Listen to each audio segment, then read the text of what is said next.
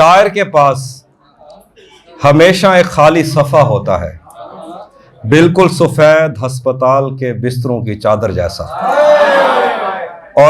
اور اس پر لکھی گئی ہر عورت کو وہ بار بار مٹا سکتا ہے۔ وہ عورت کو چھوتا نہیں بلکہ اس کی جلد کے نیچے بہتی ہوئی کہانی کو چھوتا ہے۔ شاعر کے پاس ہمیشہ ایک خالی صفحہ ہوتا ہے، بالکل سفید ہسپتال کے بستروں کی چادر جیسا، اور اس پر لکھی گئی ہر عورت کو وہ بار بار مٹا سکتا ہے۔ وہ عورت کو نہیں چھوتا بلکہ اس کی جلد کے نیچے بہتی ہوئی کہانی کو۔ شاعر کی چھوڑی ہوئی عورت مکمل لمس کو ترستی ہے، کیونکہ شاعر چھوتا نہیں، کاٹتا ہے اپنے لفظوں سے۔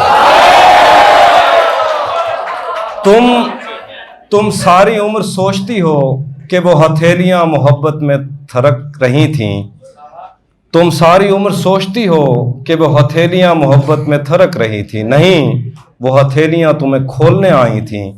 عورت اس کے لیے جسم نہیں، روایت ہے۔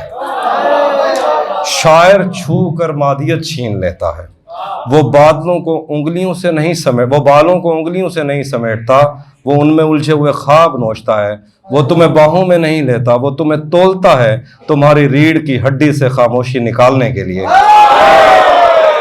وہ تمہیں ایسے دیکھتا ہے جیسے ایک مجسمہ تراش کسی ادھوری چٹان کو۔ جو عورتیں کم بولتی ہیں، شاعر ان سے سب سے زیادہ محبت کرتا ہے۔ شاعر عورتوں کو دیویوں کی طرح چاہتا ہے، کیونکہ دیویوں کو اپنانا نہیں پڑتا۔ شاعر عورتوں کو دیویوں کی طرح چاہتا ہے، کیونکہ دیویوں کو اپنانا نہیں پڑتا، اور اتنی دیر تک چاہتا ہے جتنی دیر تک کوئی اشلوک مکمل نہ ہو جائے۔ اگر کبھی کوئی شاعر تم سے محبت کا دعویٰ کرے تو اپنے خوابوں کو چھپا لینا اپنی کوکھ میں، کیونکہ وہ خوابوں کو جوتیوں کی طرح دروازے پر اتار کے اندر آ۔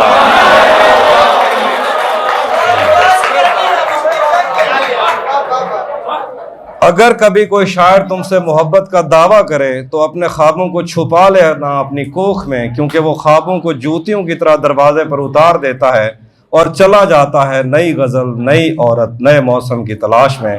شاعر کے لفظوں کا زہر قلم کی نب سے نہیں، کسی عورت کی نس سے ٹپکتا ہے۔ شاعر مکمل عورت سے خوف کھاتا ہے، وہ ٹوٹا ہوا چاہتا ہے، بکھرا ہوا، بے ترتیب، جیسے پرانی محبت کی کوئی گواہی۔ شاعر عورت کی ہنسی سے محبت نہیں کرتا بلکہ اس کی ہنسی میں چھپی ہوئی ہجرت سے۔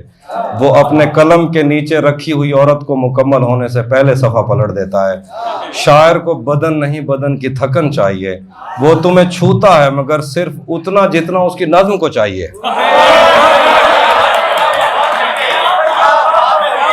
وہ تم کو چھوتا ہے مگر صرف اتنا جتنا اس کی نظم کو چاہیے۔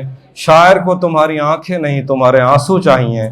تمہیں پتہ ہی نہیں چلتا کہ تم کب عورت سے اس کے گیت کا ایندھن بن گئی ہو۔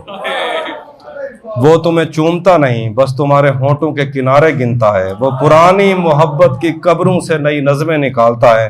تمہارا جسم محض اس کی نظم کا ابتدائیہ ہے۔ وہ تمہاری کمر کی لکیروں میں قافیے تولتا ہے۔ شاعر کی نظموں میں محبتیں دفن ہوتی ہیں، جیسے کسی مندر کی بنیاد میں کنواری لڑکی کی قربانی۔ تم نظم میں دفن عورتیں ہو، نہ شاعر کی محبوبائیں، نہ تاریخ کی دیویاں، بس وہ خام مال جس پر تخلیق کی عمارت کھڑی کی گئی ہے، جسے لکھنے والے نے مار دیا اور پڑھنے والے پوچھتے رہے۔ وہ عورت کے خواب پبلشر کو بیچ دیتا ہے۔ شاعر جب کسی سے بدلہ لینے کا سوچتا ہے تو اس کے ہر اوزار پر محبت کی مٹی لگی ہوتی ہے۔ مرتے وقت شاعر کے پاس کچھ نہیں ہوتا ایک یاد کے سوا اپنی دفن کی ہوئی عورتوں کی یاد، جنہیں اس نے کبھی مکمل ہی نہیں ہونے دیا۔